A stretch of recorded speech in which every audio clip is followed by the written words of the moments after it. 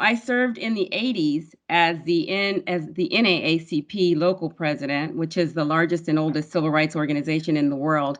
And in fact, I hold the record of serving the longest in that position, nearly a decade. I also served as the executive director of Shiloh Community Development Incorporated. It's a nonprofit organization that advocates for youth, people of color, and the disadvantaged.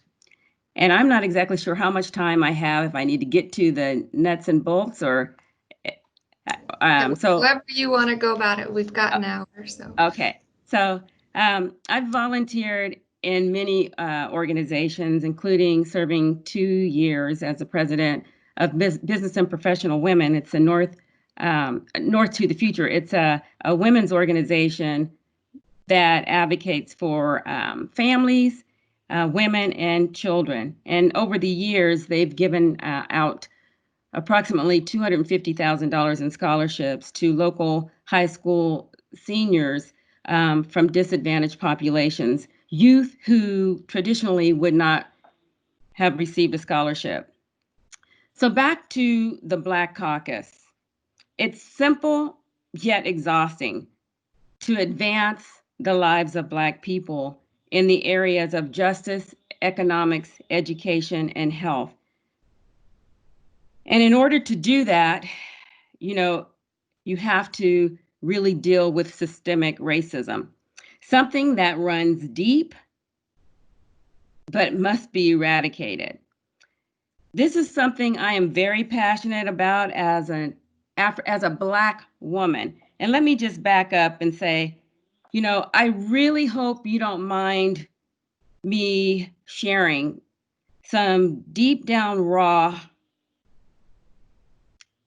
information. In fact, I brought my Kleenexes here because when I talk about my life, sometimes, I just lose it. But at any rate,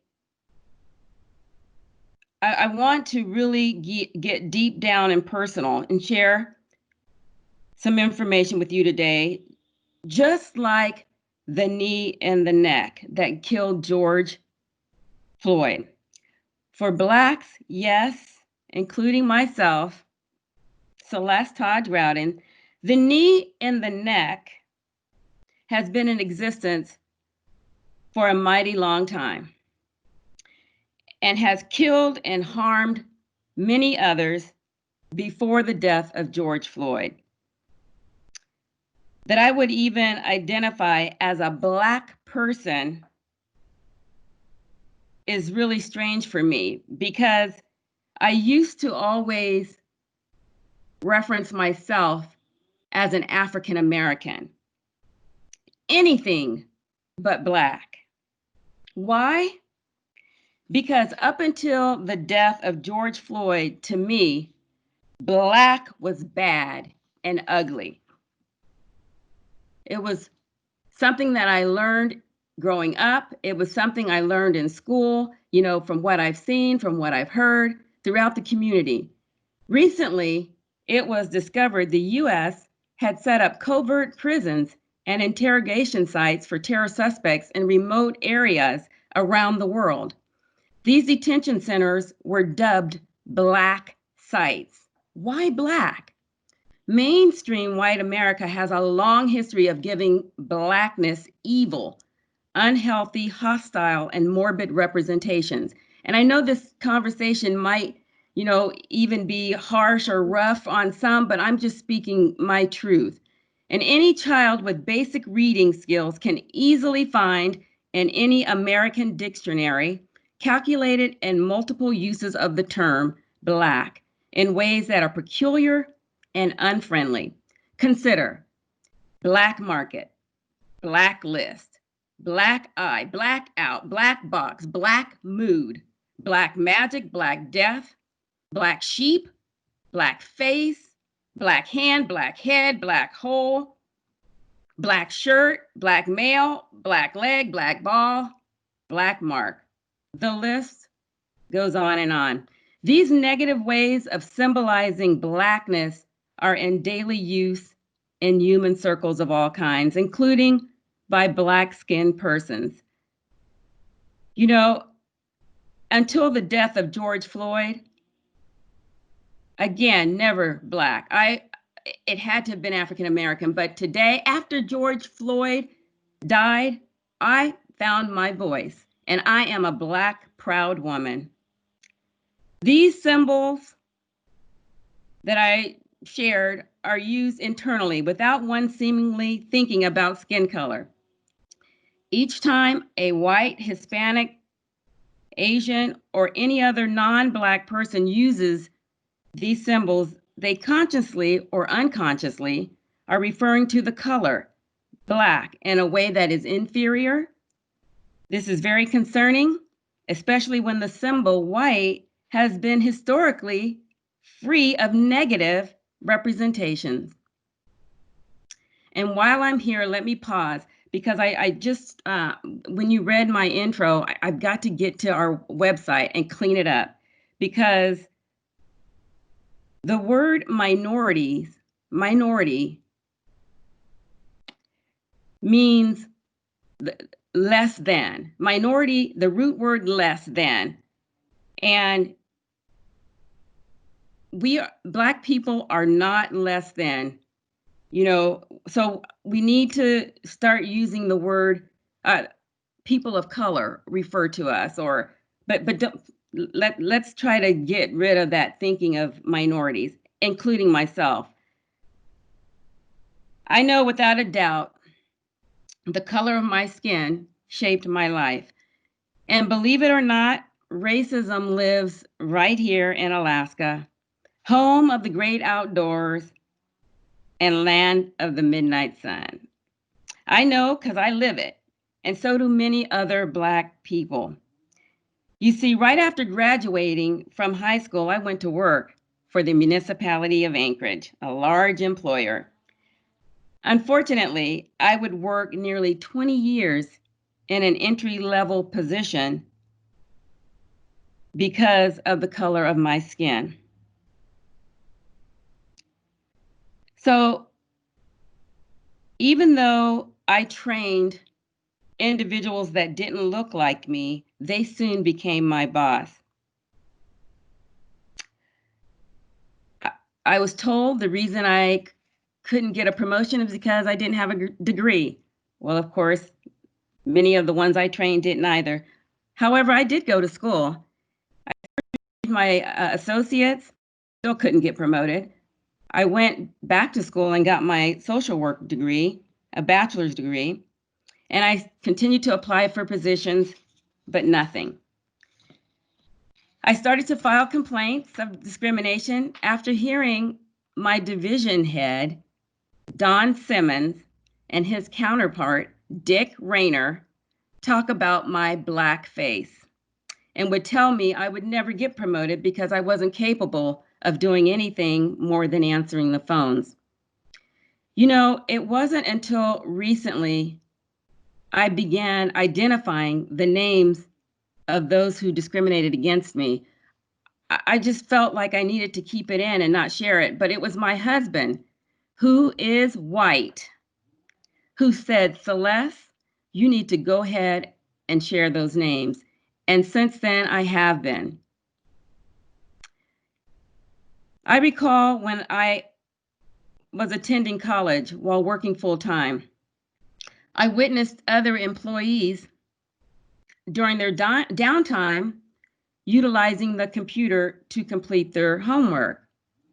So I just thought, okay, well, if everybody else is doing it, I'm going to do it during my downtime. Well, lo and behold, of course, I was called into the office. They had sent IT out to do research on my computer and saw that I had 2 homework assignments on there. And I was actually suspended without pay for 30 days. And when I shared about others, doing the same thing, they said I needed to concentrate on me. So thank goodness for my God, because God came through once again. And my employees, the employees that worked with me, saw some of the things that were happening there, and they went around and collected funds, and they ended up bringing a pot of money to me to my home, and it was way more than I would have made in the 30 days. And so I was thankful because at this time I was divorced and I had two kids, Celeste and Selena, that I was raising. Some asked the question, why didn't I leave? Well, that's why, because I had two girls. I couldn't jeopardize losing my job. During that time, I also recall when out of 100 employees, mind you, I'm the only Black person, they needed to make some budget cuts. And out of all of the positions, my position was slated to be deleted. And at that time, I think I was making like $28,000 a year. So they ended up taking it to the assembly, because the assembly has to approve. And thank goodness for Assembly Chair Dick Cheney and Mark Begich. They overrode my department's decision and ended up keeping my position in the budget. Then everything broke loose. So I had to go back to that department, and they really weren't happy then. So another couple of years would go by, and I was always calling the union for one thing or another. And then there was a gentleman there by the name of John Husey. Because what I realize is God always sends you allies. But John Husey was he was a division head. He had his own little section, and he said, Celeste, I want to promote you to this position. And I was so thankful because he always hired for his section, never had a problem. So he submitted the paperwork to promote me. Lo and behold, the department head, they had a problem with the promotion. They overturned it, just like the assembly did. And they ended up reprimanding. I hope John Husey doesn't mind me sharing this. But John Husey actually got reprimanded for trying to promote me. So life would go on. We'd get a new mayor, and the mayor was Mark Begich. Mark Begich actually cracked the door open for me. He promoted me to the Office of Equal Opportunity and a deputy director position. And when he cracked that door open, I was able to breathe. In 2 years, I was the director of that office. We launched a beautiful program called Mayor's Diversity Month. Some of you may remember that. But it was an opportunity for the city to partner with the community to promote diversity. Our motto was diversity is not an option, it's our obligation.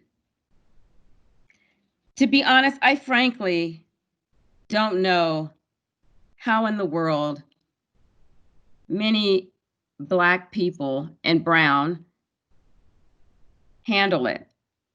The knee on the neck is what killed George Floyd. 8 minutes and 46 seconds. But the knee on the neck of Black people is constant. It's in our education system, it's in our justice system, it's in economics, and it's in health. I mean, we saw that recently with the disparities of health with COVID-19. Some ask me, Celeste, how are you doing? To be honest, frankly, I don't even know. I mean, we're so busy right now after the death of George Floyd, and just, you know about the many others before him. The Alaska Black Caucus is on the front lines working nonstop, and we will not stop. We just completed Blackout Day 2020, a national movement that encouraged supporters to use economic power to fight racial injustice, something that stemmed from the death of George Floyd. We asked Black people and our allies to stand with us and not spend a single penny on July 7th.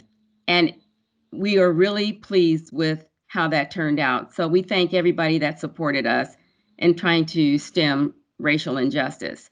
On Sundays, we host a weekly conversation on Zoom to help educate Alaskans. We've had Black men sharing their experience living in Alaska, women raising Black children in Alaska. We had youth even lifting their voices.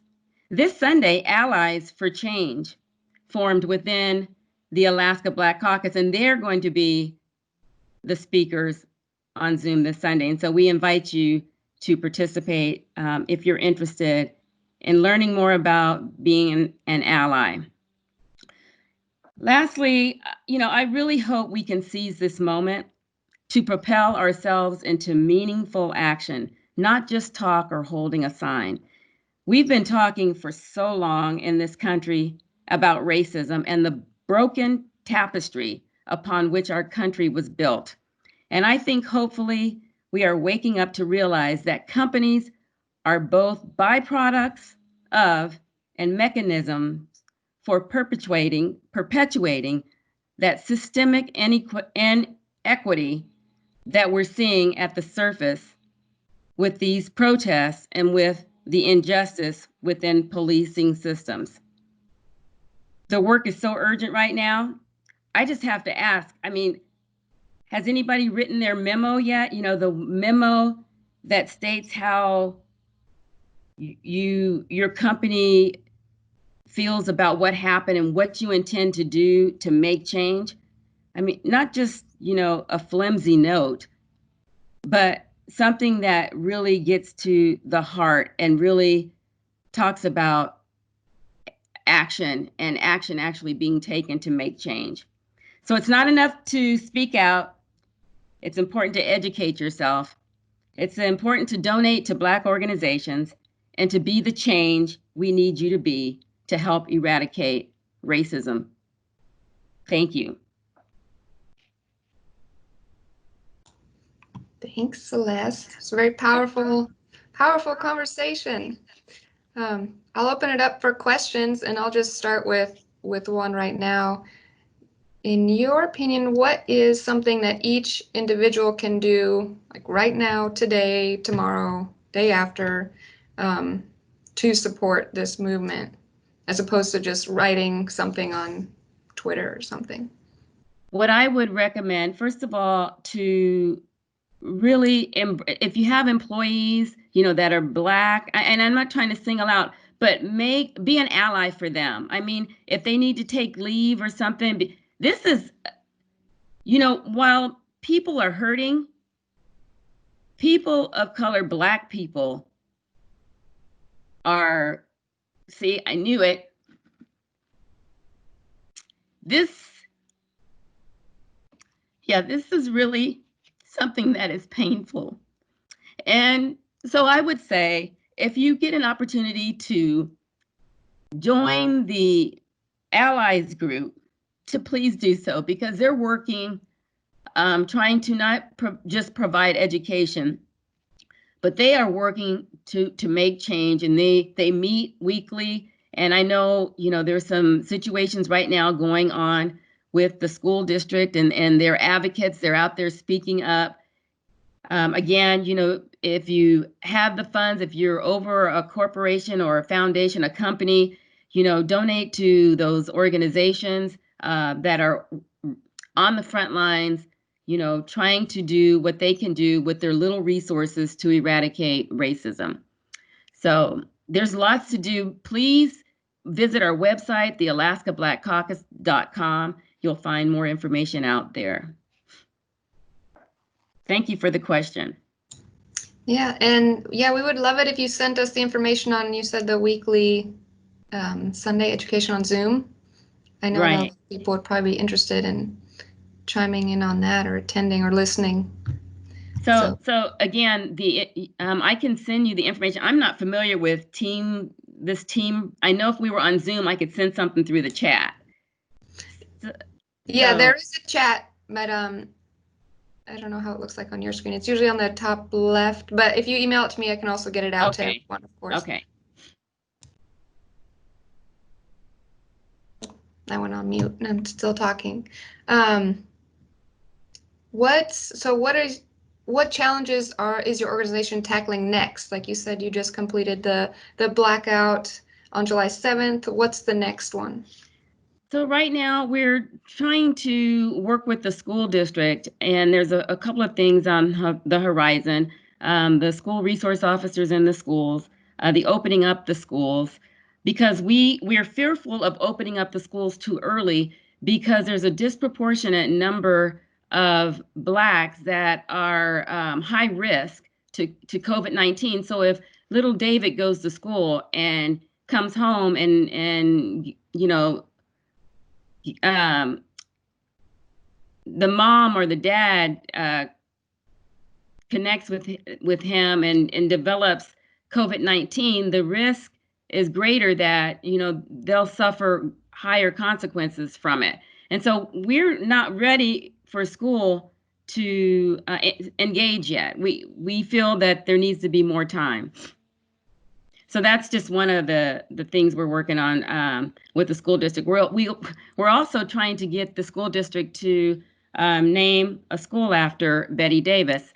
She was a former school board member, a legislator, and so we're running into some obstacles about that.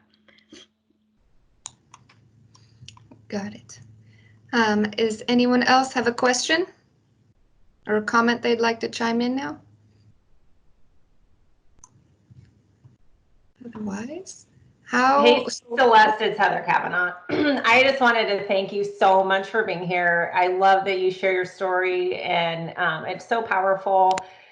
And I really, everything that you say resonates, and I feel like I know personally, I just have so much to learn. And I'm really curious if there are any books or authors who you love, who you recommend. I'm reading the book right now called How to Be an Anti-Racist. It is amazing. I recommend it for everybody. And I love the concept of it is not enough to say that you're not racist. That isn't enough. It is actively being anti-racist. And how do we all do that? So I'd love to hear any other resources that you have. Well, so for me, just responding to what you just shared, I mean, what does your boardroom look like? What's the makeup of your employees? Not just at the mailroom level, but again, in the boardroom. I mean, it's a whole different way of looking at things and to move on what you see. So if you see that there's some work that needs to be done, don't put it off. I mean, I'd love to have some conversations with you. But there are lots of ways to make change even within your own environment. I mean, that's where it starts. Yeah. That's really where it starts. Yeah, thank you.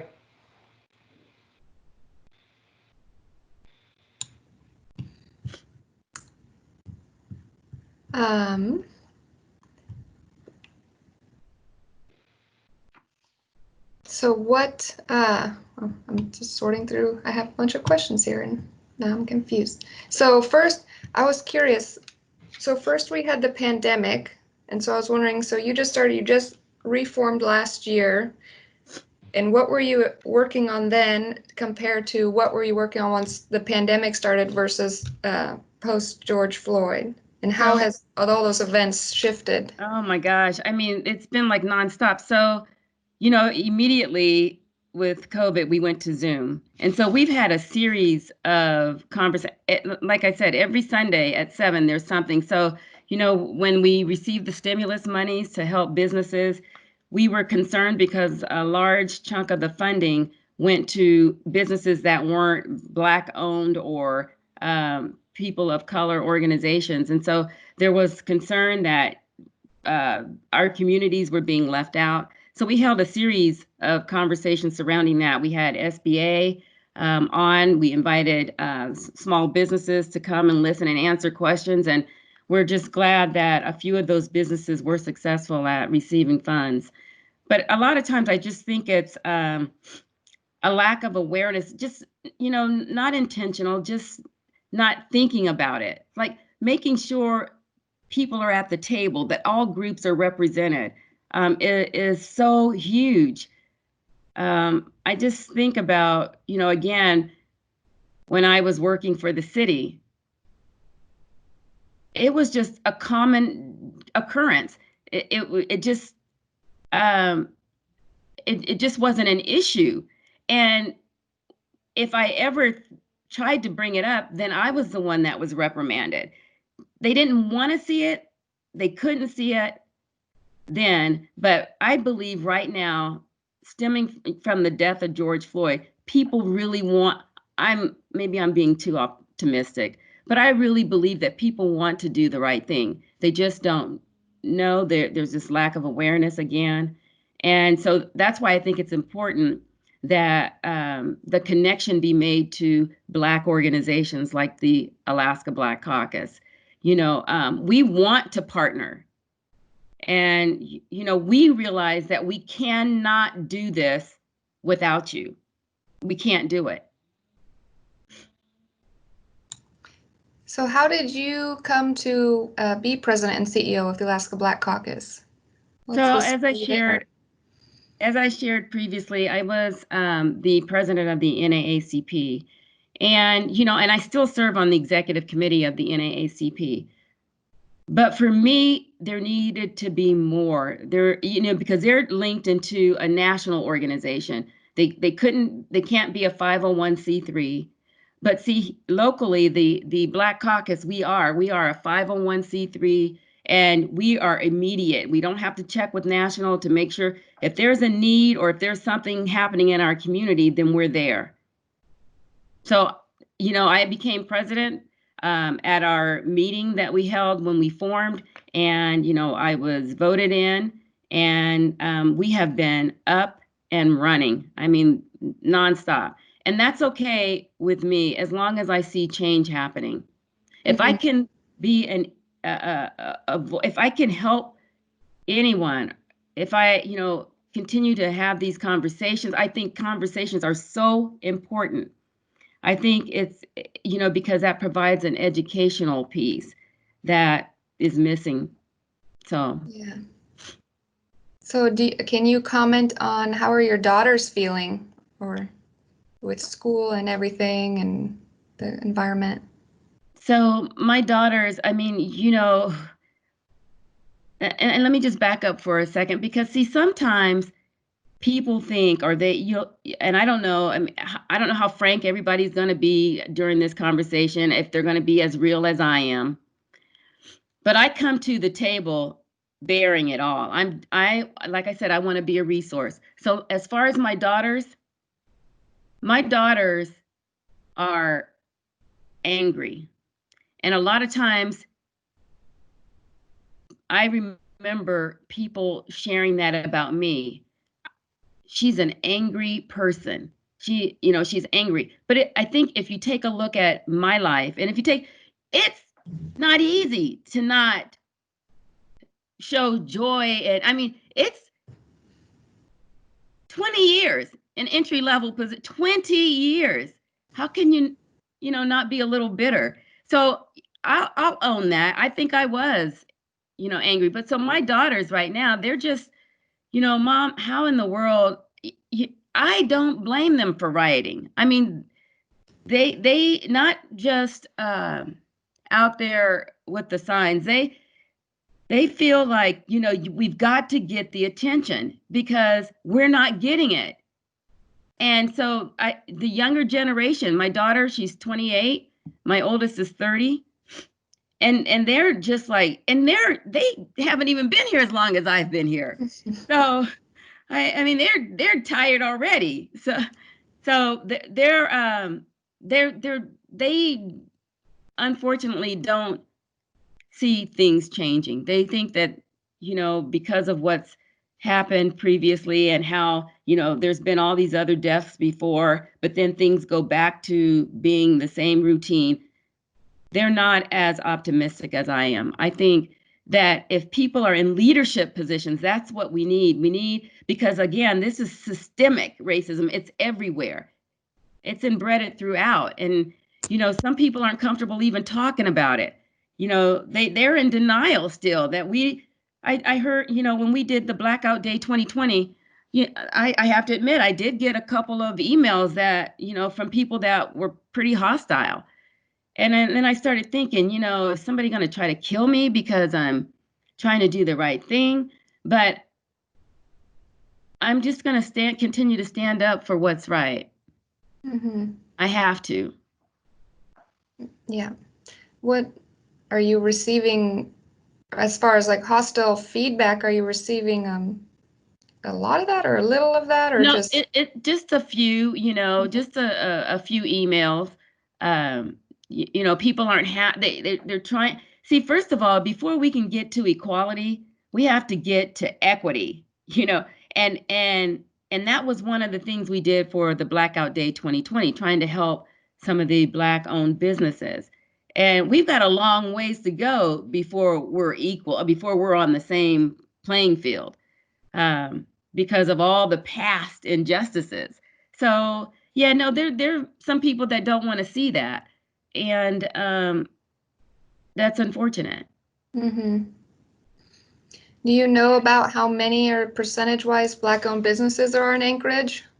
Well, there's the Alaska Black Directory.com. It has a listing of all the different businesses.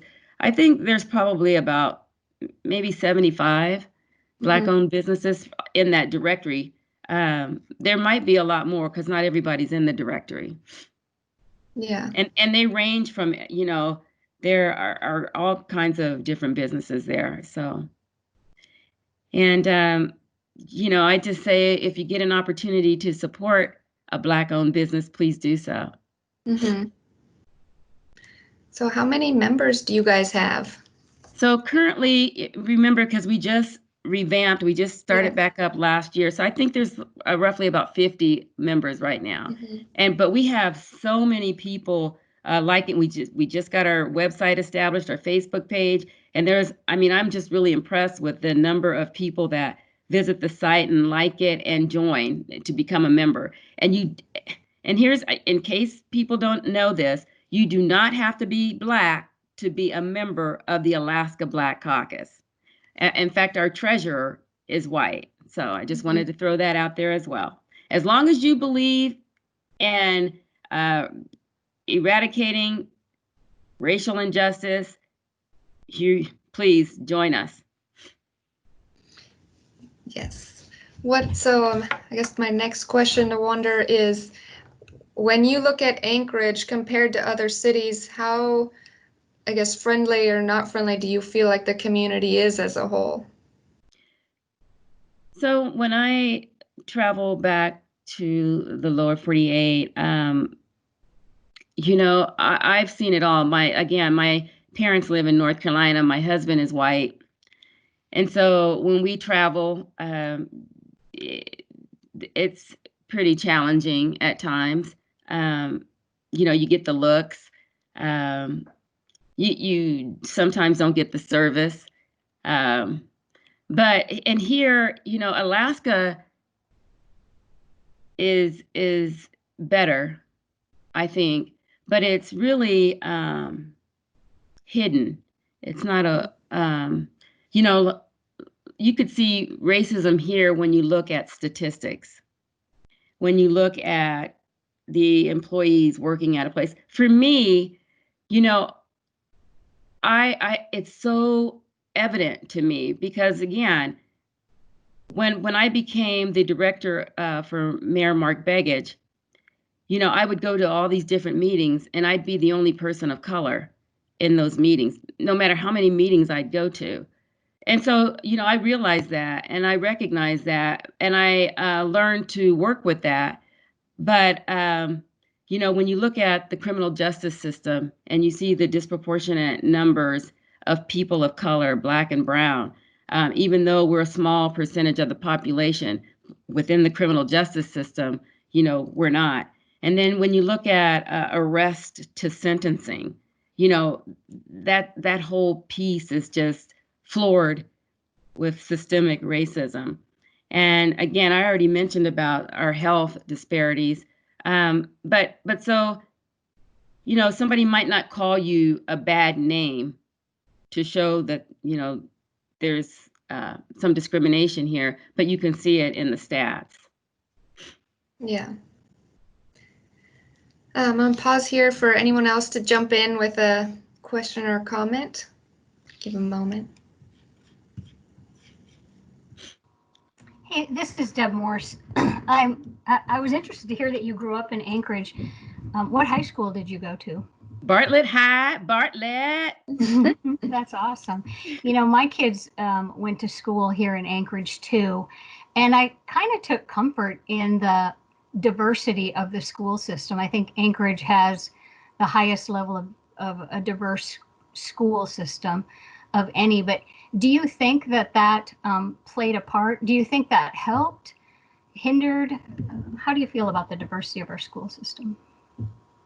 Thank you for the question. I absolutely love the diversity in our schools. What I don't love as much is the fact that diversity is not reflected in our teachers, in our principals. And for me growing up, this is sad to say, but I did not have a teacher that looked like me. I didn't have a teacher that looked like me until I went to college at UAA, and I had one professor, one, out of my whole experience. Now, I did have a principal at Bartlett that was Black. Cheers. His name escapes me, but yeah, I did. And we had custodians that were Black. But the other thing as it relates to education, we need to know what our history is. I went all through school, and every time Black History Month would come, because that's the only time we would learn about Black history, I learned about Martin Luther King Jr. and slaves. And there's so much more history of Black people that needs to be taught in our educational system. The only time I learned about Black history is when I was at UAA and I took Black history as an elective. It wasn't a mandated course. And I took it as an elective, and it was taught by somebody who didn't look like me. I got an A in the class, but it was Assemblyman Dick Cheney was teaching Black history at the time, and I took the course because I wanted to know about my history. But it just would be great to have that be a part of our educational learning curriculum. Thank you again for the question. The education piece means so much to me. I just thought about a time when my daughter, she was sharing at the time we lived out in Rabbit Creek, Huffman area. And she was sharing that, a friend of hers in school was having a birthday party. And oh my gosh. And she shared with me that she couldn't go because she was Black and that they were going to be taking a bath, after they did some stuff. And they didn't want any of her to rub off on them. So, my goodness. So just imagine as a young child hearing that. And not only that, just repeated negative messages about your skin color or, the fact that you're Black. It's just rough. So, yeah.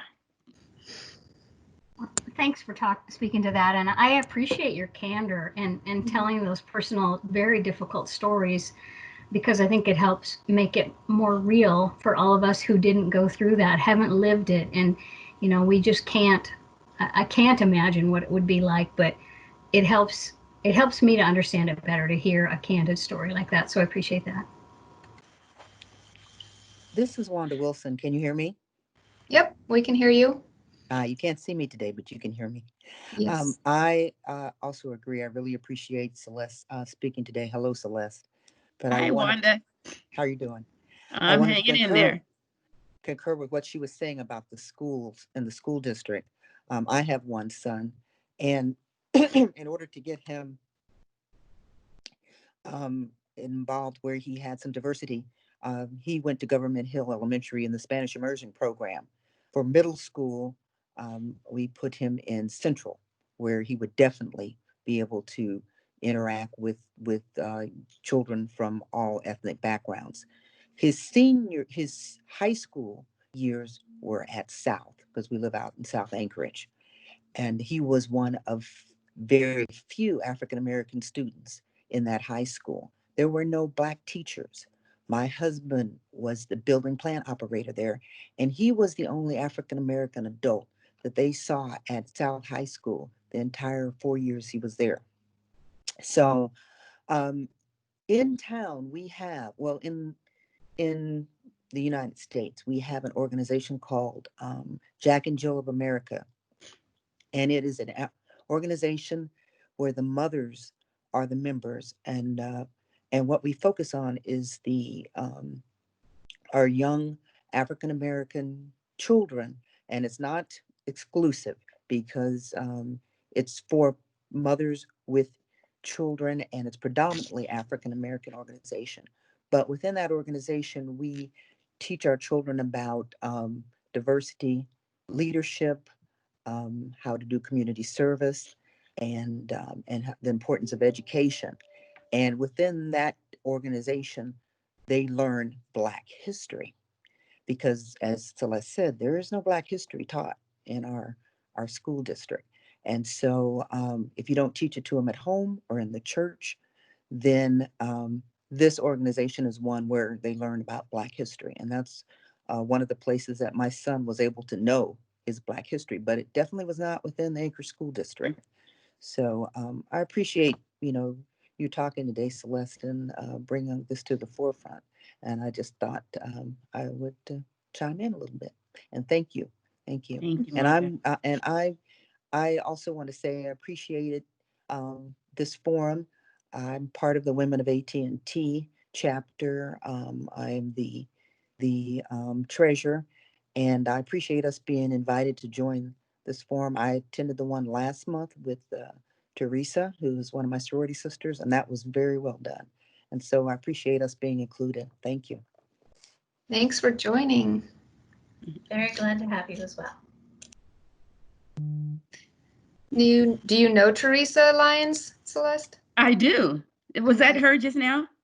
No, but she spoke with us last month, and she was so fun as well. Also very straightforward and elegant. Everyone loved her presentation as well. So she's ramping up some committees as well. So she was going to reach back out once they were up and running in their new office. I know Teresa very well. In fact, her sister is Judge Washington. What's her first name, Wanda? Pamela Washington. Pam Washington. Pamela Scott, yeah. So I do appreciate the opportunity to come and talk. I just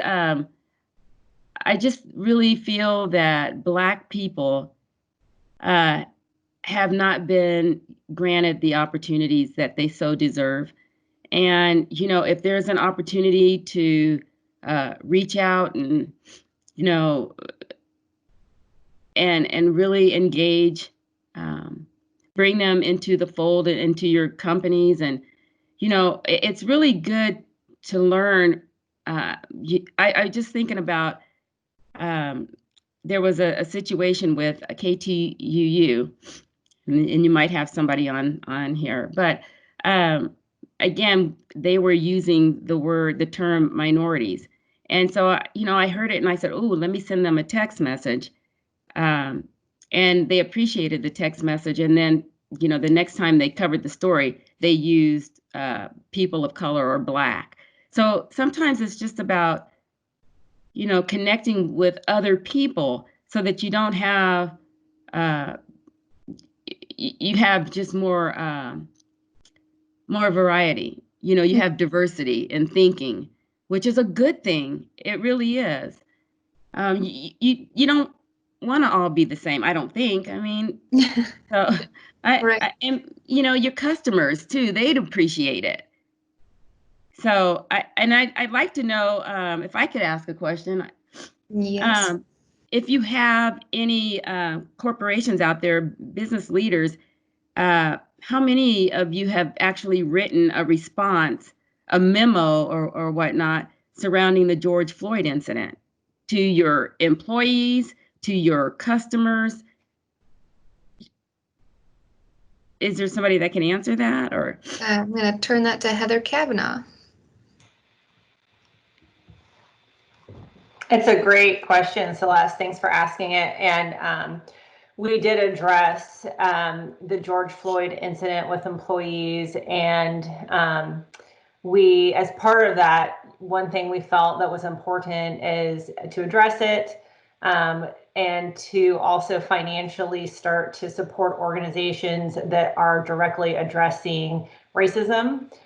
So we made a donation to the YWCA Alaska and also to the YWCA in Oregon, because we have employees in Oregon. And then we felt it was very important to make a donation to your organization as well, Celeste, and that we'll continue to do that practice. And that it's just the tip of the iceberg in terms of the conversation. And so we've started to talk internally about what else can we do, what's next. There's actually a group of us that are meeting, I think at 2:00 today, with a woman from Cisco, and she's going to share how Cisco created its diversity and inclusion program and what we might learn from it, and how we can address this inside our company. And I love that you asked the question, have we written anything elsewhere, though? I mean, I think that's the next step, is to address it from a policy perspective and writing policymakers. I know personally I need to do that. So I have personally made donations and have purchased some books to read on my own and with my son. I feel like addressing racism with our kids is so critical. And then we need to address it with policymakers. So I appreciate you holding us accountable to doing that. well, the other thing I want to share too is, let's make sure that we're not saying diversity for Black Lives Matter, because I just remember when, I really see, this is how I am. I just would always think about everybody. And so when Black Lives Matter came out, I was supportive of all lives matter. All lives matter. But you can't get to all lives matter if Black lives don't matter. So I got it. I understand it now. And so Black lives matter. Black lives matter. Black lives matter. Black lives matter. So thank you.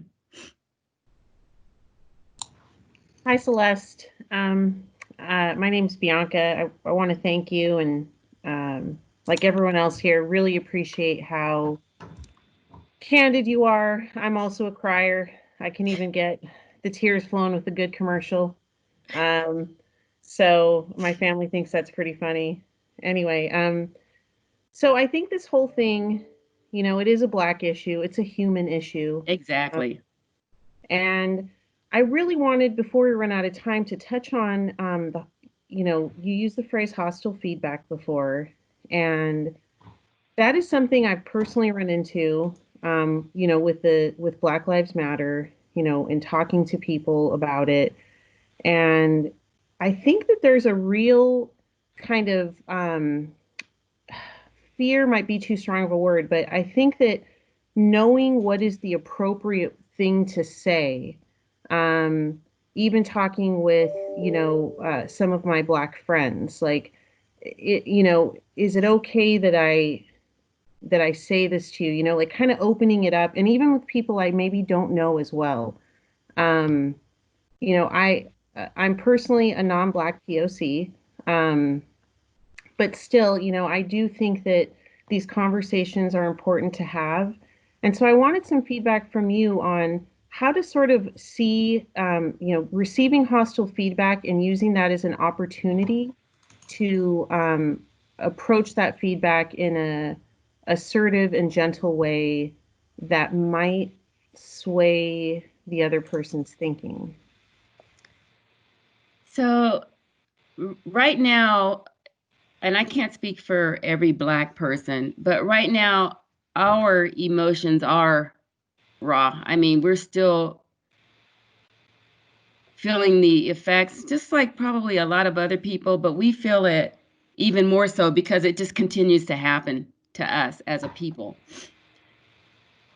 Honestly, you're probably going to get comments like that from people because we're tired, we're fed up, we've been talking about it for over 400 years. You know, we've had policing issues from back in the day, and so now we're able to have somebody listen to us. And what took you so long? But so here's what I have to say to that. Listen to what they're saying. Don't take it personal. You can always learn from it. You know, I love being able to share information. Like the Allies for Change, the group that formed within the Alaska Black Caucus, you know, we meet weekly, Thursdays, because we have a genuine dialogue. And you know what? As long as you're respectful and as long as you're sincere, you can share anything. And I might go, ooh, but I will respond in such a way that we both grow from it, because there's a lot of things I don't know, and there's a lot of things you might not know. And so together, though, if we're both being respectful and we're asking because we sincerely want to know, we don't want to harm anybody, that's how, you know, I do it. That's how we're able to make change, because we're learning from it. And then we take what we've learned and we move on to whatever we need to apply it to. Thank you. So my last comment to you would be, please join us on Zoom this Sunday at 7 p.m. I plan on it. And you can find out more information on our Facebook page. It has the link all you do is register and it'll send you the Zoom information. Do you have to have a Facebook account to access that? No, you don't. You can go to our website too. The information is there. The AlaskaBlackCaucus.com. Make sure you put in the. I'm there right now. All right. Oh, good. Any other questions or comments in the last couple minutes?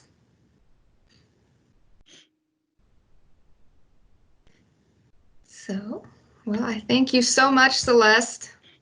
Feels like we just started. It's already been an hour. So you're absolutely You're absolutely welcome. And you know, anything I can do, anything the Alaska Black Caucus can do to help educate, to stem this tide, to make a difference, to help eradicate racism, let me know.